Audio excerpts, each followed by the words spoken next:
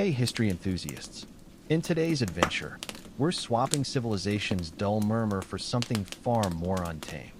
Picture this: endless azure skies stretching above a scattered chain of sun-bleached Mediterranean rocks. Below, Crete sprawls like an ancient fresco, villages clinging to hillsides, olive trees dancing in the wind, a coastline sharp enough to draw blood. But you're not seeing any of that. Not yet. Right now, you're hurtling through that perfect sky, knees tucked tight, heart pounding in your throat, waiting for that life-saving jerk signaling your parachute has deployed, and that perhaps you won't faceplant into a church steeple. Before you drift off, don't forget to like and subscribe, but only if gritty World War II tales are your cup of tea. Drop a comment about your city and local time. It blows my mind how these slow, dusty stories keep marching across the globe. Now settle in. Let your thoughts quiet down. We're time traveling now. No breaking news, just those pivotal quiet moments that defined a generation. You're 20 years young, and this is your first real combat drop. The calendar reads May 20th, 1941. They told you you're trained for this. Or at least that's what the officers claimed. Countless hours practicing jumps over German soil. Endless lectures about coordination, precision, surprise. But no classroom theory prepares you for the moment the Junkers Ju-52's side door groans open and wind slams into you like a physical blow. Your boots scrape against the metal floor as you shuffle forward, nerves jangling louder than the engine's roar. Then comes the signal. You leap. That first second feels like floating. The second brings instant regret. Then snap. The harness digs into your ribs as your chute blossoms overhead, yanking hard. Suddenly the sky is filled with silk canopies. White, cream, some ghostly gray. All around you, German paratroopers drift like dandelion seeds. Elegant, yet terrifyingly vulnerable. Below, pure chaos. Anti-aircraft guns spit fire. Black explosions bloom near your boots. One chute gets shredded midair, its occupants spiraling into a fatal freefall. They promised Crete would be soft targets. Said the British were stretched thin. That surprise would carry the day. But from this altitude, doesn't look soft at all. Muzzle flashes wink from tree leans. Tracer fire curls up like angry hornets. Smoke pillars rise from Malim airfield. And you realize something nobody mentioned in training. You're landing far from your rifle. That's the catch with these drops. You jump carrying only bare essentials. A pistol, maybe a grenade or two. Everything else, packed in crates drifting down separately. Hopefully landing near you. Hopefully not in a well. Hopefully not in enemy hands. Hopefully is doing Olympic-level heavy lifting today. You descend lower, tugging at the cords to steer, squinting at the terrain. The olive groves below look anything but welcoming. Jagged stone walls, scattered huts, goat trails spiderwebbing across the landscape.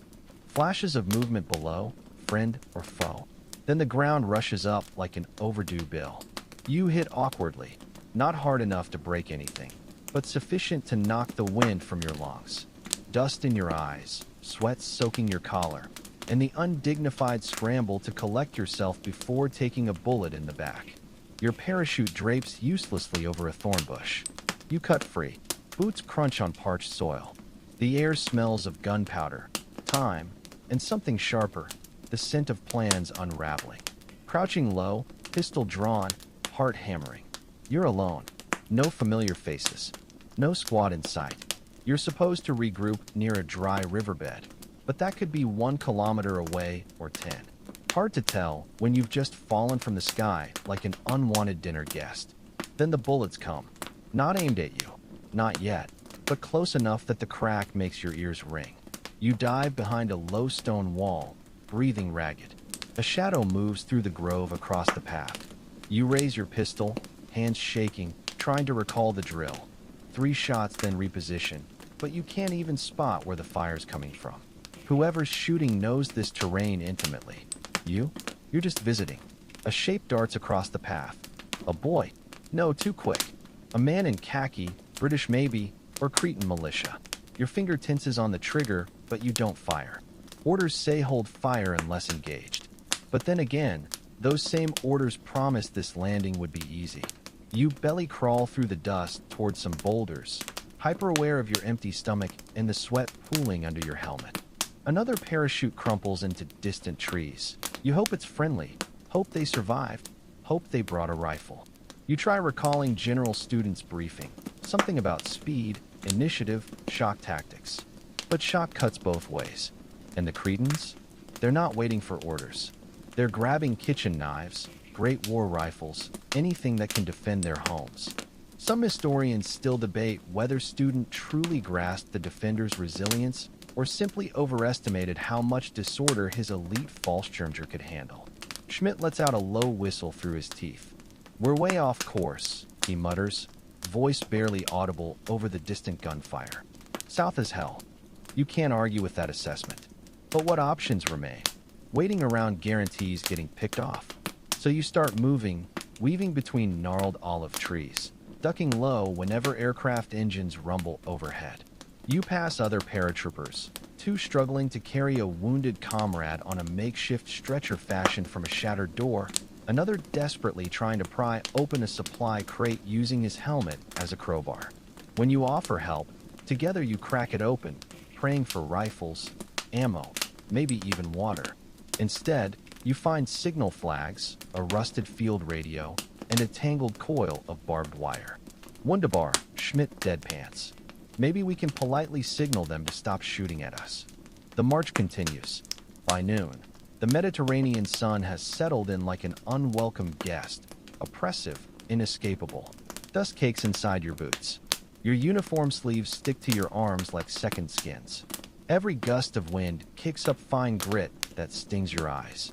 Passing an ancient chapel half hidden in an olive grove, its bell long gone, courtyard littered with chicken feathers and charred firewood, you pause just long enough to splash tepid water from a cracked cistern on your face. That's when the shooting starts. Crack, crack. Sharp reports close enough to make your teeth vibrate. Someone shouts in German. You hit the dirt behind the chapel's low stone perimeter wall, crawling toward the commotion. 3 Fallschirmjäger are pinned behind an overturned hay cart, trading fire with unseen shooters concealed in a grapevine-covered pergola across the lane. Without hesitation, you raise your pistol and squeeze off 2 shots. No idea if they hit anything, but it provides enough distraction for the trapped men to reposition. Schmidt slides into cover beside you, now miraculously holding a rifle. Must have scavenged it while you were distracted. "We need to flank those bastards," he hisses. You nod, circling wide through a bone-dry orchard where the twisted trees resemble arthritic fingers. The air carries scents of burnt grass and fermented wine. You approach the pergola from behind just as one enemy combatant leans out to reload. A British soldier, maybe 19, who doesn't spot you. You aim, finger tightening on the trigger, when suddenly the boy sees you and drops his weapon, hands flying up. You freeze. So does he. A full second passes where neither breathes. Then you jerk your pistol barrel sideways. Go. He scrambles away. You don't fire. Some choices feel more human than others. Later, you regroup with the hay cart trio. One limps badly. Another sports a bloody gash across his forehead. The third grins like this is some summer adventure. Their drop went even more sideways than yours. One landed in a pigsty and had to fight off the livestock before the locals even showed up. The laughter that bursts from your lips is too loud, too raw. Then you hear it, that distinctive drone of approaching Junkers Ju-52s. Squinting skyward, you spot them coming in low, attempting desperate landings at Malines through the smoke. Can't tell if they're making it. The AA fire remains thick. One plane peels away trailing black smoke. The paratroopers alternately cheer and groan, hard to distinguish which. It's like watching the same nightmare on repeat. Academic debates continue about whether the cost was justified. Over 20,000 German paratroopers descended upon Crete. Nearly a quarter would never leave. Those who survived would carry this island in their bones, not in medals, but in the taste of dust, the weight of heat, the hollow silence between gunfire. Slumping against a bullet-pocked wall, exhaustion hits like a freight train. No food, little water, but you've survived the first day, which in this godforsaken place makes you luckier than some. You wake to a fly buzzing near your ear and the crunch of boots on gravel. Careful, measured steps. For one disoriented moment, you forget where you are. Then the dust coating your tongue reminds you, Crete. Operation Mercury, the scattered disaster of a landing zone, and your rifle still missing in action. Pressing against the rough stone wall, you hold perfectly still, breathing through your nose. The footsteps near. Schmidt, thank Christ, chewing something that might have been bread in another life. He tosses you a chunk. Stale, slightly moldy, tasting like the bottom of an old boot. You devour it anyway.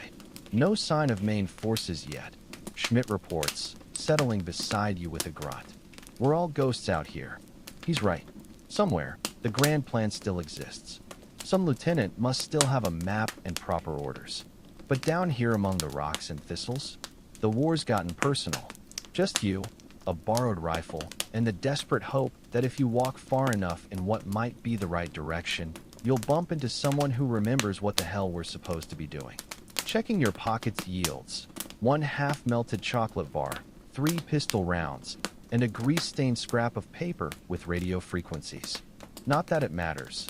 Every radio you've seen so far was either shattered, jammed, or being used as a stool. Historians still argue whether the lack of comms was the airborne assault's fatal flaw or just spectacularly bad luck. Standing here with no contact, no map, and no clue, it doesn't feel like luck. It feels like somebody forgot parachutes don't come with walkie-talkies. You and Schmidt decide to push northeast toward the hills overlooking Maleme. Higher ground means better visibility and maybe, just maybe, a glimpse of order in this chaos. The path winds through sun-baked ravines and terraced olive groves, the trees gnarled and ancient, their silver-green leaves whispering in the wind. You pass a fig tree sagging with ripe fruit. Schmidt plucks one, takes a bite, and hands you another. The flesh is warm, impossibly sweet, juice dripping down your chin. For a brief moment, you remember you're in the Mediterranean, not hell. Then the gunfire starts again, closer this time. Sharp cracks echoing between the ridges. You both freeze. A second later, a figure stumbles into view. German uniform, wild-eyed, clutching his side. Behind him, 2 soldiers in tan, New Zealanders from the look of them. You drop flat as shots ring out. The German goes down hard, just 20 meters from where you lie hidden behind a low wall.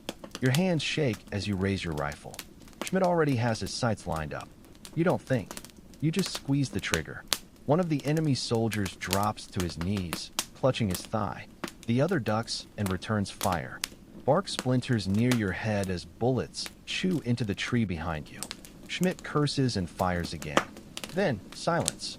The second soldier drags his wounded comrade back into cover. You crawl to the fallen German. He's breathing, but barely. You press your canteen to his lips, but he's gone before he can drink. You bury him under a mound of stones. No name, no dog tag. Just another paratrooper who landed in the wrong place at the wrong time. The airfield comes into view around noon. Just a sliver of it, visible through the haze. You crawl up to a rocky outcrop and peer through a pair of dented binoculars Schmidt scavenged earlier. What you see is chaos. Ju-52s are landing under fire, wheels kicking up dust as British and New Zealand troops shell the strip from the surrounding high ground. The wreckage of gliders litters the edges, twisted aluminum skeletons, their wings snapped like broken toys. A handful of German troops huddle behind sandbags on the western perimeter. It's clear now, Maleme is the key. You overhear a lieutenant, young, sweat-soaked, eyes too wide, say the entire operation hinges on holding this one airfield. Reinforcements can't land without it. Supplies can't come in. If it falls, the invasion fails. You'd laugh if you had the energy. All this for a strip of dirt barely wide enough to land a kite on. Some historians still question whether the planners of Operation Mercury truly understood the terrain. The maps were outdated, the intelligence optimistic, the local resistance underestimated. And now the men on the ground, men like you, are paying for that optimism in blood, confusion, and the slow erosion of hope. As the day burns on, You descend toward a dry riverbed where a few dozen Fallschirmjäger have set up a makeshift position.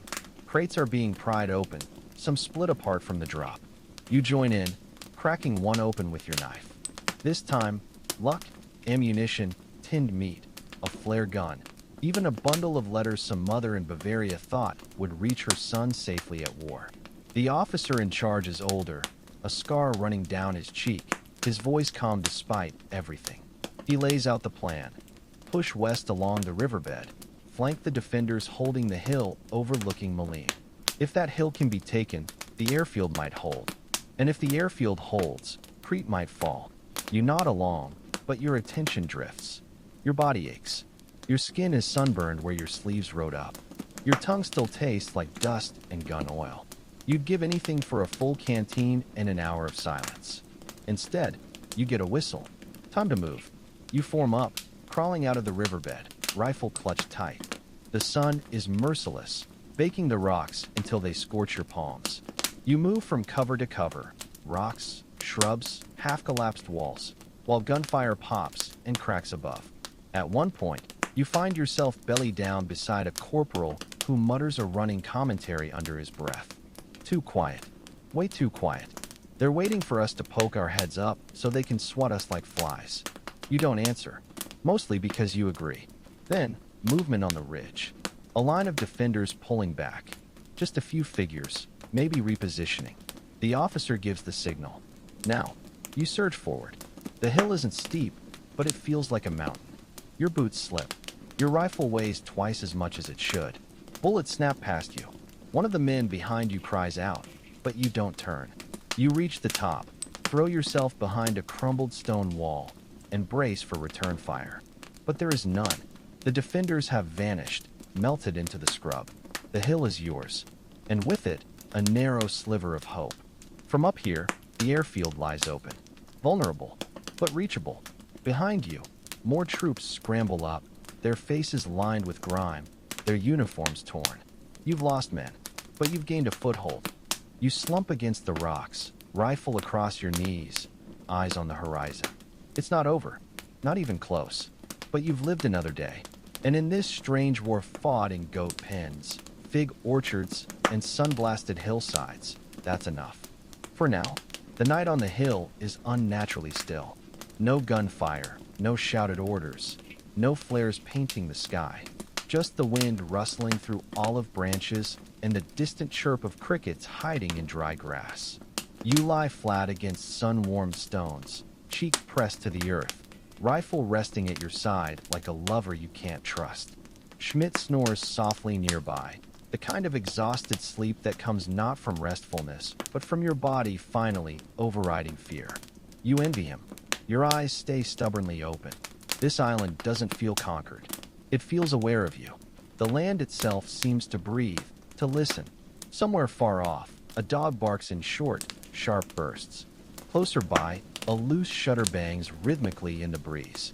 You think about the people who lived in the village down the slope, those shuttered houses with their flower pots and chickens and forgotten children's toys. Where are they now? Hiding in caves? Fled to the mountains? Preparing something worse? The plan had been textbook. Drop fast, link up, seize airfields, control the island by nightfall. But nightfall has come and gone, and instead of a unified force sweeping Crete, there are only pockets of Fallschirmjäger scattered like broken glass across the landscape. Some organized, most not, fighting skirmishes against defenders who know every bend and every path.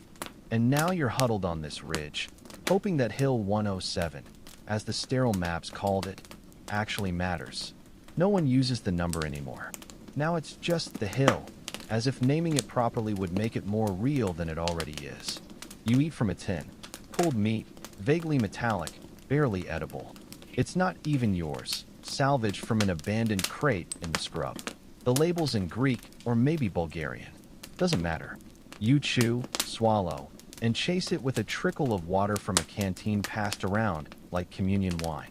One of the older sergeants starts talking to no one in particular, just speaking into the darkness. He's from Saxony.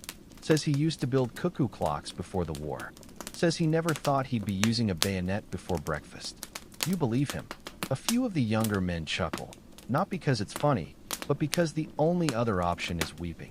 Later that night, a courier arrives, barely more than a boy himself, his uniform hanging loose. He carries a crumpled dispatch. Hold the hill at all costs. Reinforcements landing at Malim.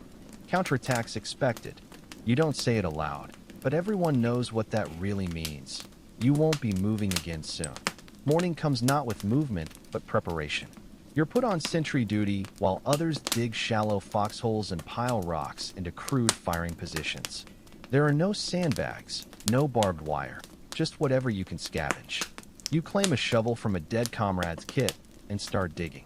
The soil is parched and stubborn. After 10 minutes, blisters form. After 20, they burst. But by the time the sun climbs properly into the sky, you've got something resembling cover. It's not much, but it might keep you alive long enough to regret enlisting. You wipe sweat from your brow and glance downhill. And there they are. First, just dark specks on the horizon. Then more. Then the glint of bayonets and the flash of helmets. New Zealanders again. You've started recognizing how they move. Quick, methodical, low to the ground. They don't shout much. They don't need to. Their discipline speaks volumes. You steady your rifle. The next 30 minutes blur. They come fast. The first wave feints left, then pivots right when they meet resistance. Your rifle jams on the third shot. You fumble for Schmidt's spare. The sergeant, the clockmaker, lets off a burst from his MP40 before disappearing behind the ridge. Someone screams. Someone else yells "Stum," but no one moves. You hold. A grenade lands a meter away, doesn't explode. You laugh, a sharp, ugly sound that you swallow immediately. Then they're gone again, pulling back as suddenly as they came. The silence that follows feels heavier this time. You check your hands, shaking but intact. All along the line, your comrades breathe again, one by one, coughing, drinking, praying. You lost two. One more's badly wounded, his leg mangled. A medic arrives, curses colorfully in Bavarian, and starts wrapping the ruined limb with strips torn from a parachute. No stretcher, no morphine, just cloth and grit and blood-slick hands. You help hold the man's shoulders while he bites down on his belt. He doesn't scream. Not loudly, anyway. Historians still argue whether the Cretan defenders were meant to hold the island or just delay. If delay was the goal, they're excelling. Every ridge is a battle. Every road an ambush. And for every village you pass through, there's another beyond it where they're already waiting. Still, there are bright spots. That afternoon, a supply drop lands almost perfectly on target. Crates parachute down over the ridge, bouncing once before splitting open like overripe fruit. You rush to the nearest one and pry off the lid. Rifles, ammunition, fresh water. It feels like Christmas morning. Schmidt finds a pack of cigarettes and lights one immediately. "Good day," he declares. You point to the bandage around your forearm. "Is it?" He shrugs. "We're not dead." Fair point. The officer from yesterday returns, now with an actual map and slightly less panic in his eyes. He gathers your group under a fig tree and traces a route with his dirt-stained finger. "Tomorrow," he says, "we push into Galados." The name means nothing to you. Just another dot on the map. Another set of doors to kick in, rooms to clear, windows to get shot through. But his tone is different, determined, almost hopeful. You wonder what he knows that you don't. That night, you write a few lines in a notebook salvaged from a collapsed schoolhouse. You don't write much, just fragments. No names, no dates, just something to prove this day happened. You end it with, "Still here." And then, for the first time in days, you sleep. Not well, not long, but deeply. In the night, someone fires a single shot, probably nerves. You wake, roll over, and let it go. You dream of bells ringing in an empty village, and of a plane landing without wheels. In the dream, you're back in Germany, watching from far away. But even there, your boots are full of Cretan dust. You march at dawn, not in formation, not in step, just a ragged column of sunburnt men in dust-caked jump smocks, rifles slung low, boots crunching over shattered tile and loose gravel. The morning is golden and still, the sky above Crete too perfect for what you're about to do. Galados lies ahead. Less than 5 kilometers, they say. A whitewashed village wedged between hills west of Chania, all narrow alleys and blue shutters. You've seen it marked on the map, just another surrounded by olive groves. But a dot on paper is one thing. Fighting through its streets will be something else entirely. The officer from yesterday paces alongside your group, cigarette dangling from his lips like it's the only thing keeping him upright. He's developed a nervous tic, tapping his temple when he thinks, and now you catch yourself doing it too. Strange the habits you pick up when everything else spins out of control.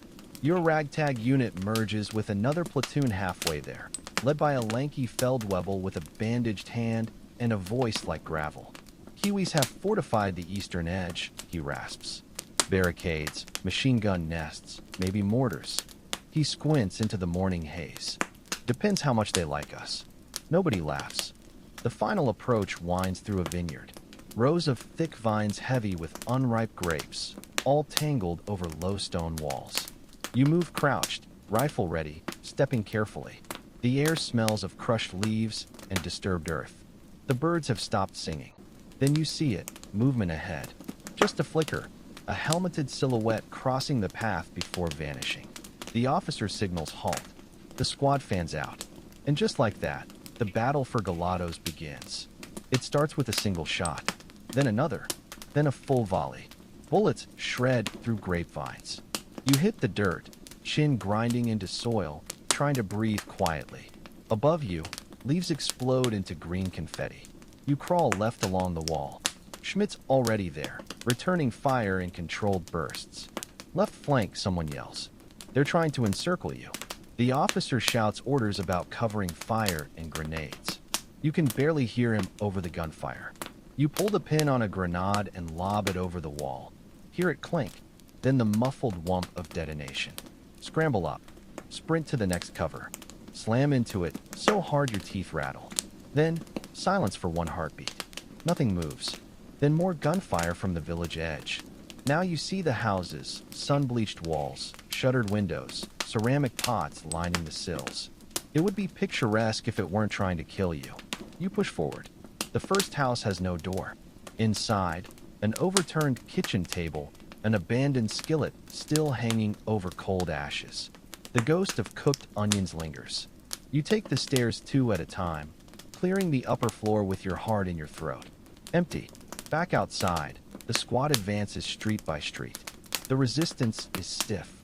The New Zealanders are dug in deep, moving between buildings with practiced ease. They're good. Better than you'd hoped. Worse than you'd feared. You duck behind a well and spot 2 darting across the road ahead. You fire. The rifle jams. The first soldier stumbles. The second disappears through a doorway. You advance. Another German squad joins from the right, clearing houses. The Feldwebel's gravel voice booms. Keep moving. Don't stop. Someone screams from behind a wall, wounded or dying. You don't check. You can't. You have your own sector to clear.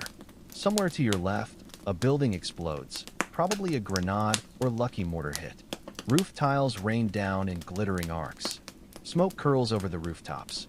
You enter a courtyard. A dead vine stretches across a trellis. An overturned wheelbarrow. A wooden chair rocking slightly in the breeze. It feels like you've walked into someone's life just after they stepped out. Then, a shot rings out close. You dive as a bullet shreds the vine above your head. You roll behind a rain barrel, scanning the rooftops. There, movement behind a chimney. You steady your aim. Fire. The chimney puffs dust. Gone. Historians still debate how many civilians remained in Gelatos during the fighting. Some say most fled beforehand. Others claim families hid in basements, listening to the battle above. The truth depends who's telling it. But even now, you feel watched from behind every shutter. By midday, your group has pushed through the outer quarter. You regroup in the shade of a bombed-out cafe. The officer calls a halt. Ammunition gets redistributed. Bandages passed around. One man weeps silently into his helmet. The Feldwebel sketches a crude map in the dirt with his bayonet. Final push, he says, through the garden wall, then the square. You look up. There it is, the heart of Gelatos. A cluster of cypress trees, a white church, a dry fountain, and a handful of stubborn defenders still holding out.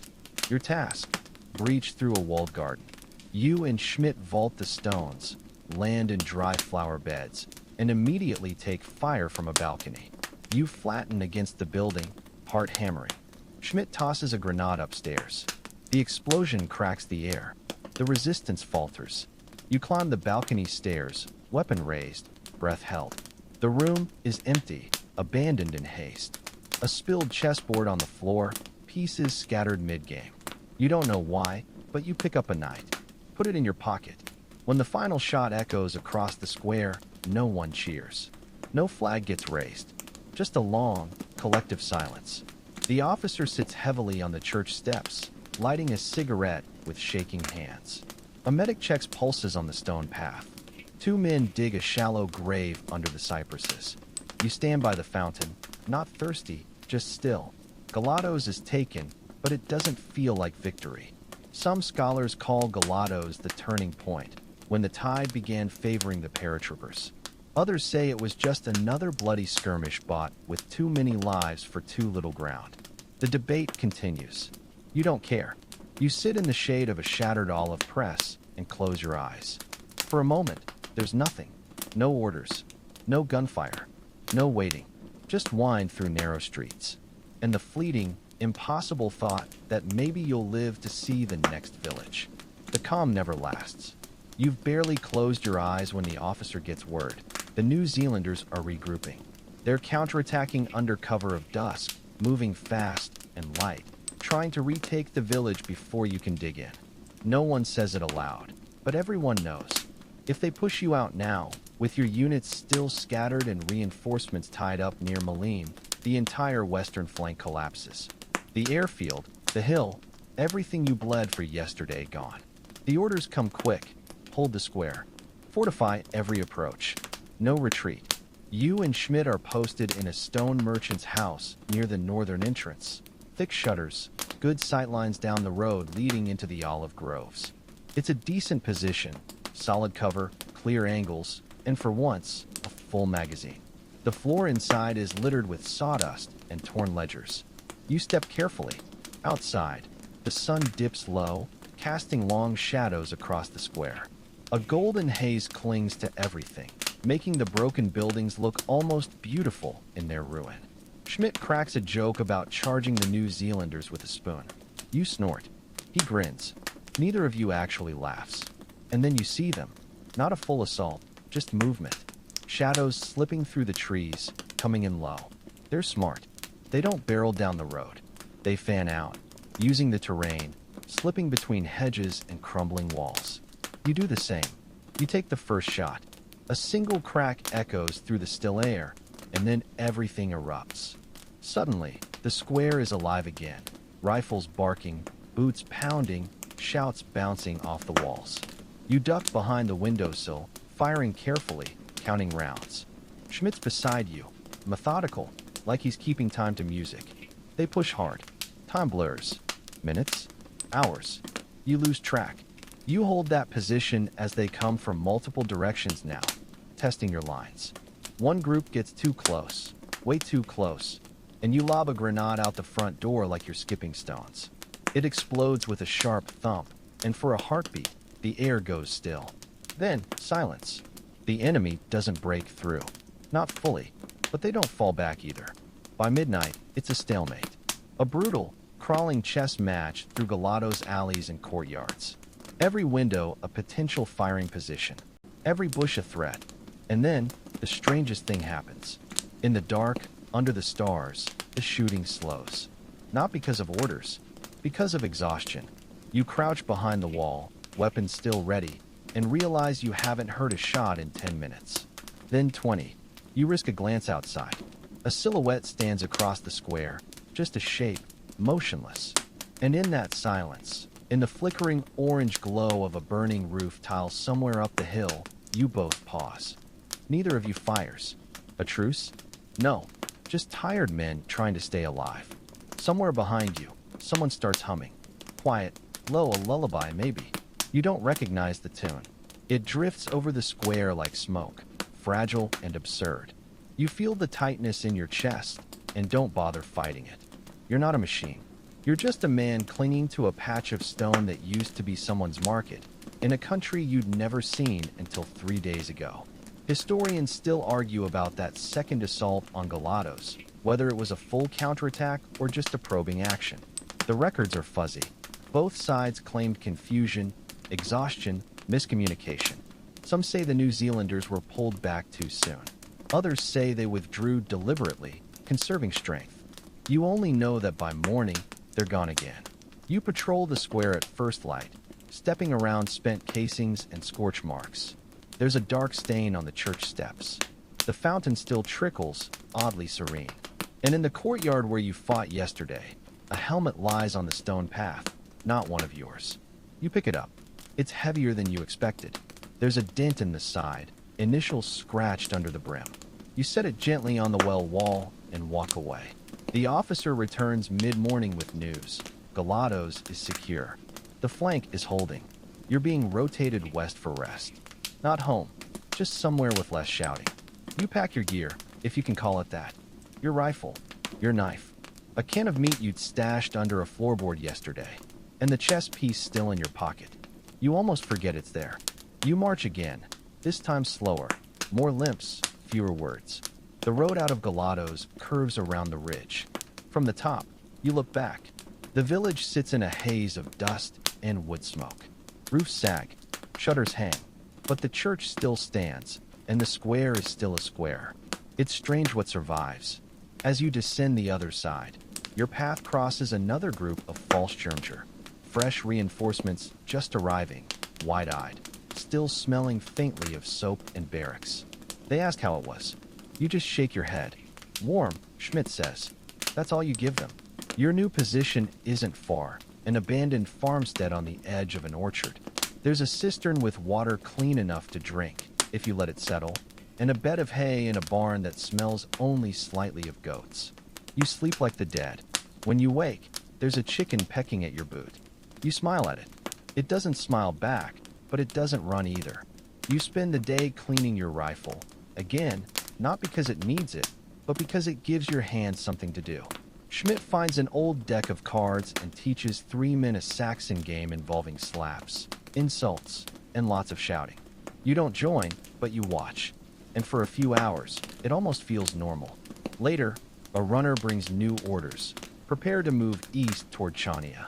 The push continues. But for now, just for a little while, there is shade and water and the sound of chickens arguing over nothing. You write in your notebook, Galados held. Just. And underneath, still here. You wonder how long that will keep being true. The next morning begins with dust. Not the kind kicked up by boots or wind, but the thick, churning clouds that follow a column of trucks crawling up the dirt road in low gear. You and Schmidt stand watching as the convoy lumbers past. A mix of German transports, repurposed British vehicles, and the occasional mule cart pulled by villagers who clearly never signed up for this war. Must be supplies, Schmidt mutters, rubbing sleep from his eyes. Or the world's slowest retreat, you reply. You both smirk, then stop. Because the truth is, none of you know whether this invasion is advancing or unraveling. It's day 6 of Operation Mercury. Malim is technically secure. Reinforcements are landing, barely. The British and Commonwealth troops still fight. The Cretans haven't surrendered. And the lines between ours and theirs blur with every hill and hedgerow. Today's objective is simple. Clear the road east toward Chania. Secure the path for the main force. Find what's left of your regiment. Avoid unnecessary losses. That last part always gets a laugh. You fall in with a mixed group. Fallschirmjäger from 3 different companies, plus a handful of mountain troops who landed at the airfield yesterday. No one seems to know who's in charge, so the Feldwebel with the loudest voice takes command. Short, red-faced, walking like he's been kicked in the shins one too many times. March light, he growls. Stay sharp. You move out. The road winds uphill through cypress and citrus groves, sunlight filtering through leaves that shimmer with heat. The air smells almost fresh, pine sap and ripe lemons. It almost tricks you into lowering your guard. Almost. Because then you spot it, a parachute tangled in a tree. White silk flapping like abandoned laundry. Beneath it, a single boot. Just one. You don't investigate. Some historians still question whether German logistics accounted for Crete's terrain. Drop zones were chosen from maps, not experience. Supplies vanished into ravines. Crates landed in goat pens or were snatched by partisans before you ever saw them. A single gust of wind could turn a rifle platoon into scavengers. Your squad pauses near a shepherd's hut. You sit on a low stone wall, peeling a sun-warmed orange that tastes better than any ration tin. Schmidt tries sketching a map in the dirt using olive pits to mark enemy positions. "What if," he says, nudging the farthest pit. "They're retreating on purpose, drawing us in." You shrug. "What if we're winning and don't know it yet?" He chuckles. "That would be very German of us." You march on. By midday, you reach a hamlet, a handful of houses, shuttered and silent. Doors hang ajar. Laundry still flutters on a line. Someone left a stew burning. The air smells of charred onions and thyme. You clear each building methodically. Door, corners, stairs, rooftop. The rhythm ingrained now. Most are empty. A few show signs of recent occupation. Shell casings, empty tins, boot prints in the dust. But no people. Until the last house. You find her in the cellar. An old woman, barefoot, clutching a rosary in one hand and a rolling pin in the other. Her eyes are wide but not afraid. Just tired. Beyond tired. You raise your hands. No threat. Just passing through. She says something in Greek. You don't understand the words, but you understand the tone. Someone who's seen soldiers come and go for longer than you've been alive. She motions to a pot on the stove. You glance inside. Beans, onions, maybe rabbit. You nod, leave a chocolate bar on the table, and back away. You don't know why. It just feels right. Some of the others scoff when you regroup. "Should have taken the food," one mutters. "Should have left her a bullet," another says quieter. You don't respond. Back on the road, things get stranger. The terrain turns rockier, cliffs on one side, thick scrub on the other. You're walking single file when the ambush hits, almost elegant in its precision. First, a shot from the ridge. Then 3 more. One man ahead drops. Another spins, clutching his leg. Then grenades. 2, maybe 3, lobbed from somewhere above. One lands near you, but doesn't detonate. You throw yourself into the scrub, crawling toward rocks as bullets chew the dirt beside your hands. Shadows move on the ridge. Figures with rifles flitting between boulders like ghosts. The Feldwebel is shouting, but it's lost in the noise. You return fire, but it's like spitting into the wind. They're gone before your bullets get there. "Fall back," someone yells. But to where? You and Schmidt slide down a dry wash, landing hard on a ledge just wide enough to breathe. The others scatter, some behind a stone wall, others vanishing entirely. When it ends, there's only silence and smoke. You're alive.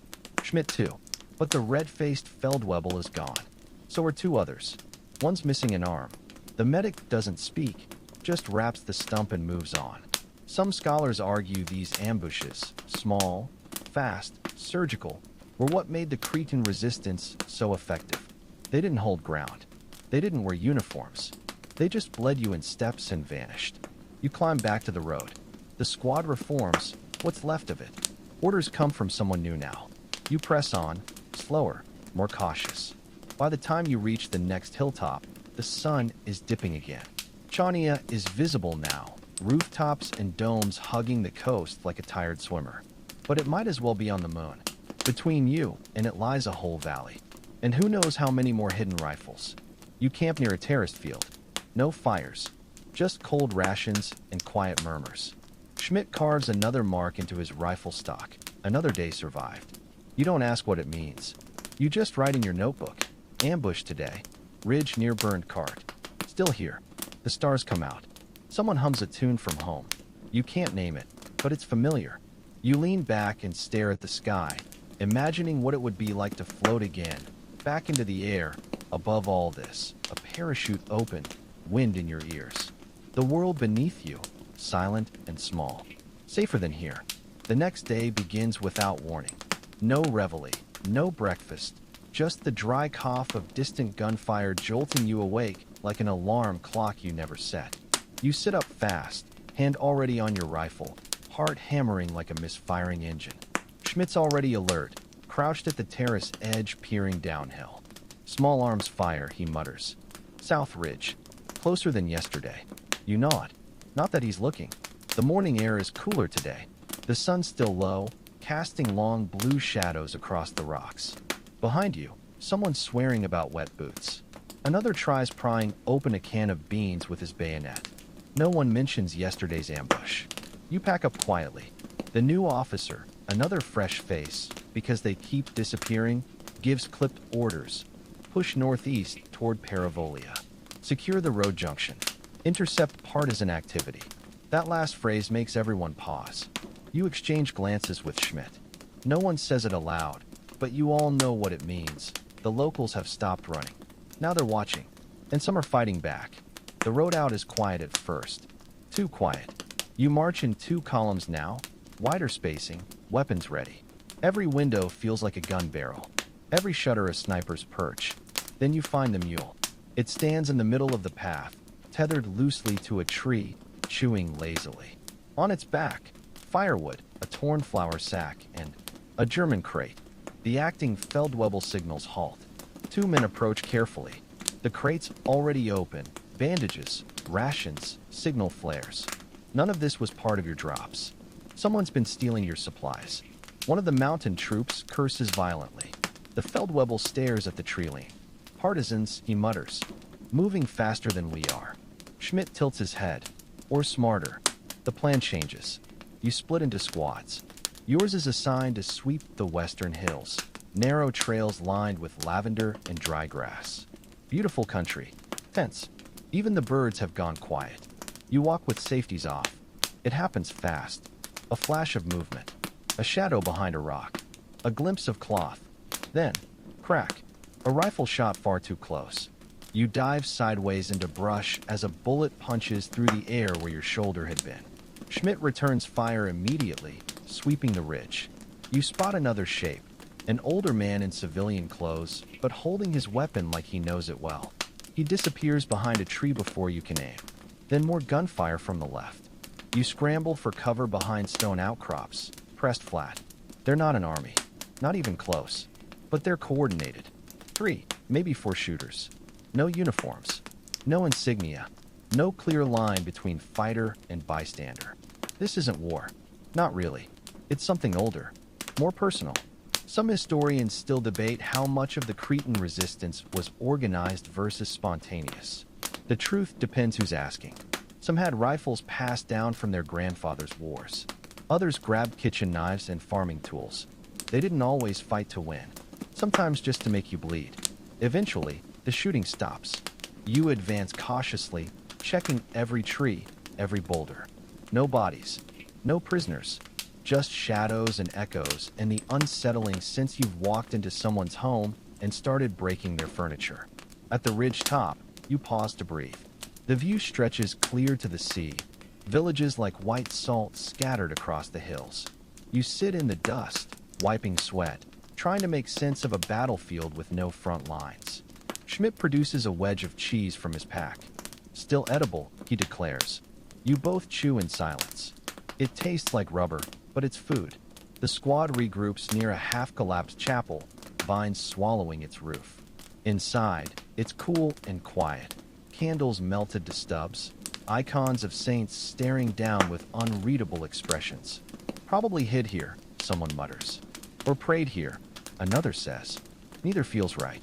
You leave half a chocolate bar on the windowsill without thinking. Just something. Later, you enter another village. This one's different. The people are still here. They don't run, don't hide, don't speak. They just watch. Old women weave on stoops like it's any Thursday. Children peer from behind doors. A man smokes by a fountain, gaze fixed somewhere beyond you. It's unnerving. No resistance. No cooperation. They don't answer questions. Don't move toward or away. They just exist, like trees or stones. You search homes and find nothing. Or maybe you're not looking hard enough. Maybe what you're meant to find isn't in drawers, but in their eyes. That night, a young soldier disappears. No shouts, no struggle, just gone. You search, call out, follow footprints that vanish into nothing. You find one boot, That's it. You don't write about it in your notebook. Not that night. Instead, you sit outside the chapel watching stars appear, thinking about the man behind the tree, how he moved, calm and precise. Not some panicked villager. A fighter. And the others, the watchers, the silent ones, whose quiet weighs more than any bullet. This war has changed shape. You used to drop from planes and run toward machine gun fire. Now you walk softly, speak less, and flinch at slamming doors. You sleep fitfully, every creak a warning. You dream you're back in the vineyard, crawling through vines that twist around your arms, whispering in Greek, words you somehow understand. You don't belong here. When you wake, it's still dark. Schmidt's already lacing his boots. We move again today, he says quietly. You nod. Another village. Another march. Another place where the war won't wear a uniform. You write finally. They're not fighting like soldiers. But they're still fighting. Harder maybe. And beneath that, still here. But for the first time, it doesn't feel like enough. The ground beneath your boots feels thinner now. Not literally. Still the same rocky Cretan soil. But something beneath it has shifted. Each step presses down not just into dirt, but into a place stretched taut between what's real and what you're pretending is real. You've been marching eastward for nearly 2 weeks without clear direction. Technically, you're part of a patrol stabilizing secured regions, but the regions are empty, the stabilizing vague, the orders more like rumors passed between sleep-deprived officers. Your new route cuts across a high plateau, wind-scoured and raw. To the north, the sea glitters between hills. To the south, mountains rear like bones breaking through skin. Somewhere in that jagged silence, your breath catches, not quite fear, but something adjacent, like standing too close to the edge of a story you don't understand. Schmidt keeps adjusting his gear though nothing's wrong. He's down to muttering jokes no one laughs at anymore. You realize he's doing it for himself now. The others aren't faring better. Private Ehart woke screaming last night, convinced something was crawling in his pack. There was nothing, but no one told him he was wrong. You pass a field of sunflowers, or what should be sunflowers, all snapped at the stem, heads drooped in the dirt like mourners at a funeral no one attended. The village you're meant to reach is called Thiso, at least on the map. But when you crest the ridge, all you see below is fog. Thick, white, moving against the wind. The lieutenant calls it weather. You're not so sure. Descending into that mist takes an hour. The air turns damp, cool, sounds warped, footsteps muffled, voices echoing where they shouldn't. The trail narrows between moss-slick stone walls. You stay close to Schmidt, watching the back of his collar rise and fall with each breath. Thiso emerges from the fog reluctantly, a square with a single well. Houses pressed close, shutters sealed. No people, no animals, just stillness, like someone paused the village and forgot to unpause it. Schmidt whispers what you're both thinking. I don't like this. Clearing buildings happens slowly, methodically. A house with lace curtains and a cold pot still on the stove. A spoon resting beside half-eaten bread. Floorboards creak under your boots. No signs of struggle. No signs anyone left in haste. But no signs anyone's here. The church bell is missing. That unsettles you most. Later, you find tracks behind the stables. Boot prints, barefoot prints, some child-sized, some sunk deep as if someone stood there a long time. But no people. Historians still debate what happened in places like Thiso. Records mark them cleared or evacuated. Others suggest these weren't evacuations. They were absences, collective vanishings, fear made physical, or perhaps fear returning to its source. You bed down in a schoolroom, desks shoved against walls, a chalkboard still marked with Greek letters, and a child's drawing of a horse. Another sketch catches your eye, a paratrooper with round helmet and sad eyes. You fold it into your notebook. That night, you take second watch on the church steps, rifle across your lap, listening not for footsteps but for the absence of them. Schmidt joins you, wordlessly passing a figure. It tastes like memory. After midnight, you see something in the mist. Not a person, a shape. Slender. Still. Standing by the well. You blink. Gone. You don't wake the others. Morning burns off the fog. So do 2 rifles. One from your squad, one from the school rack. No forced doors. No prints. Just gone. You don't tell the lieutenant about the figure. He wouldn't write it down anyway. In your notebook, you mark. FISO, village intact. No people. Food still warm. 2 rifles missing overnight. Fog moved like breath. And beneath. I think the silence here is older than us. Then, as always, still here. But this time you hesitate. Scratch out the words. Rewrite them softer. Still here. Like you're not sure who you're saying it to. That afternoon, the squad prepares to leave. The road ahead is overgrown, barely a path. There's talk of regrouping near the coast. Another rendezvous point. Another dot on the map. You pack your gear, shoulder your rifle, and before leaving, pause at the well. Peering in, there's only darkness. But for a second, just a second, you swear you hear breathing. You step back. Say nothing. Keep walking. The trail to the coast isn't a trail at all. Just goat tracks stitched together by guesswork and a compass that spins too eagerly now. The sun returns in full force, burning off the fog but replacing it with heat that sits heavy on your shoulders like an unwelcome passenger. You move in single file, what's left of the squad reduced to weary shadows stepping over thistles and loose stones. Even Schmidt has stopped filling the silence. You're heading to a place called Lutro, the Lasta. At least that's what the lieutenant claims, holding up a map gone soft at the folds. Supposedly there's a beach there, maybe even a boat. You're not sure if it's to take you back or further in. You're not sure you care anymore. The hills grow steeper. The path winds like a snake with a broken spine. You pass through a gully where cypress trees stand sentinel, then over a rise where the sea explodes into view, so blue and sudden it nearly knocks you back. For one perfect moment, all you hear is the wind and distant waves. Then the gunfire. A single shot. Then another.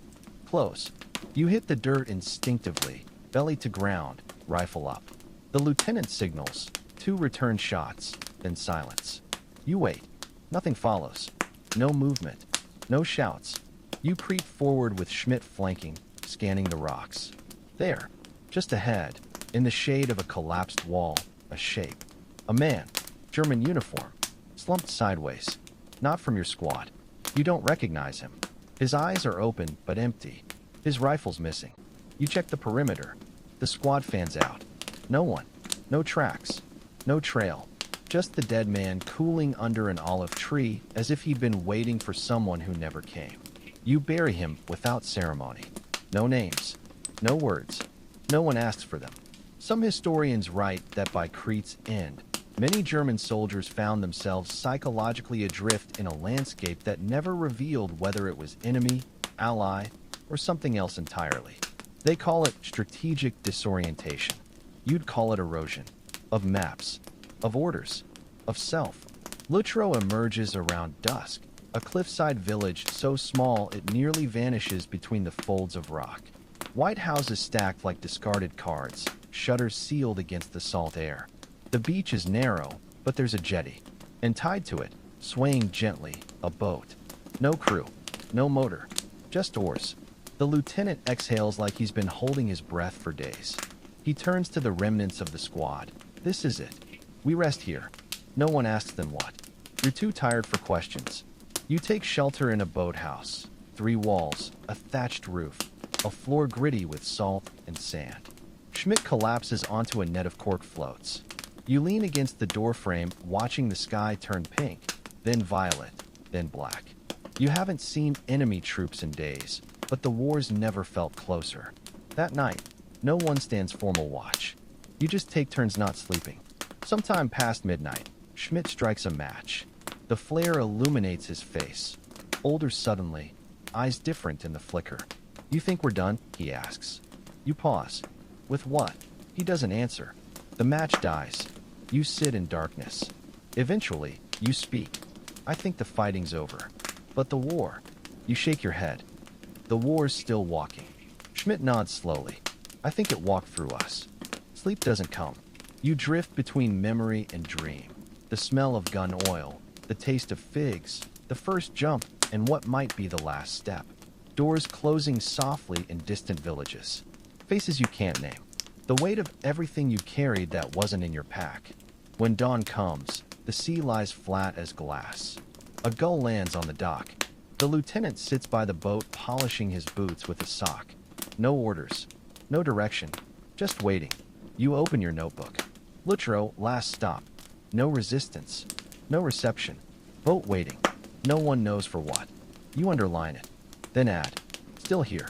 And finally, for the first time, you write. I want to leave now. The sun climbs, indifferent. The gull takes flight. Somewhere in the boathouse, a rope creaks as the tide tugs at the little boat like a child pulling a sleeve. You sit there a long time, watching the horizon do nothing at all. There's no triumph in your chest. No victory. Just the ache of all you've seen and the quiet understanding that what waits beyond this cove isn't peace. Just a return to uniforms, to silence, to faces that didn't witness what you did. But for now, you're still here. You close the notebook, resting your hand on it like it's part of you. Around you, the others stir. Schmidt stands, stretches, squints at the glare. No one says it, but the boat is waiting. You stand too, legs stiff, boots heavy. The salt air stings your sunburned neck as the first real breeze in days brushes your skin. One last look at the cliffs, at the silence, at the place that swallowed your war and returned you to yourself. Piece by uncertain piece. Then you step toward the boat, toward whatever comes next. The boat rocks beneath you like a cradle made for someone else's child. 6 of you crowd into its splintered hull. Schmidt, the lieutenant, 3 others whose names you've stopped trying to remember, and you. The oars creak against their locks as you push off from the jetty, the sound like bones settling in an old house. No one speaks. Lutro shrinks behind you, its white houses dissolving into the cliffs until you can't tell where the village ends and the rock begins. The sea stretches ahead, flat and endless, the morning sun turning the waves to liquid gold. It should feel like freedom. It doesn't. Schmidt mans an oar, his shoulders working in quiet rhythm. The lieutenant clutches the map like it might still mean something, his eyes scanning the coastline, as if expecting ambush from the water itself. You watch your boots, the leather cracked and bleached by salt and sun, and think about how many miles they've carried you, across hills, through villages, into places that don't exist on any map. The boat drifts beyond the cove. The oars dip and rise, the only sound besides the gulls. No one suggests singing. No one suggests anything at all. Hours pass, or maybe minutes. Time has stopped meaning what it used to. Then, a shape on the horizon. At first it's just a smudge, a blur where the sky meets the sea. But as you row closer, it resolves into a ship, a proper German transport, anchored offshore like a promise. No one cheers. You clamber up the rope ladder one by one, your muscles screaming after days of hunger and thirst. The deck is crowded with others like you, hollow-eyed, sunburned, their uniforms hanging loose. Some stare at the coastline receding behind you. Some don't look at all. A medic moves down the line, checking wounds, doling out sips of water. When he reaches you, he pauses at the chess piece still tucked in your pocket, the knight from Galados. You'd forgotten it was there. He says nothing, just moves on. Below deck, the air is thick with sweat and stale bread. Hammocks swing gently with the ship's motion. You claim one near a porthole, where thin shafts of sunlight cut through the gloom. Schmidt slings his pack onto the next hammock over. Home, he says, and it's not a question. You don't answer. The ship's engines thrum to life, vibrating through the metal hull like a second heartbeat. You lie back, staring at the rivets above you, and think about Crete, not the battles or the bullets, but the quiet moments. The old woman in the cellar, the child's drawing in the schoolhouse, the well where you swore you heard breathing. You take out your notebook. The pages are warped from sweat and rain, the ink smeared in places. You turn to a fresh sheet. On the ship now. Crete behind us. The others say we're going home. I don't know what that means anymore. You pause, then add. Still here. Because it's all you know how to say. Schmidt snorts in his sleep, rolling onto his side. The ship creaks. Somewhere above, a bell rings, marking time in a world that started turning again. You close your eyes. The war isn't over. But this part of it is. The ship's engines drone like a tired heartbeat as Crete disappears into the horizon's haze. You stand at the railing longer than necessary, watching the island shrink. First it's cliffs, then it's mountains, until finally it's just a smudge of blue against blue, then nothing at all. Schmidt joins you, lighting one of his scavenged cigarettes. The smoke curls up and vanishes, like all the words you're not saying. Think they'll remember us? He asks. You watch the wake churning white behind the ship. Not the way we remember them. The days blur. The ship becomes its own world, a floating limbo of hammocks and rations and silence. The others play cards, mend uniforms, stare at the walls. You try writing letters home, but give up after dear. Nothing comes next that doesn't taste like lies. At night, the dreams come, not of combat, but of Crete's quiet moments. The old woman's hands around her rosary, the chess piece left on the well wall, the way the mist moved in Thyso like something alive.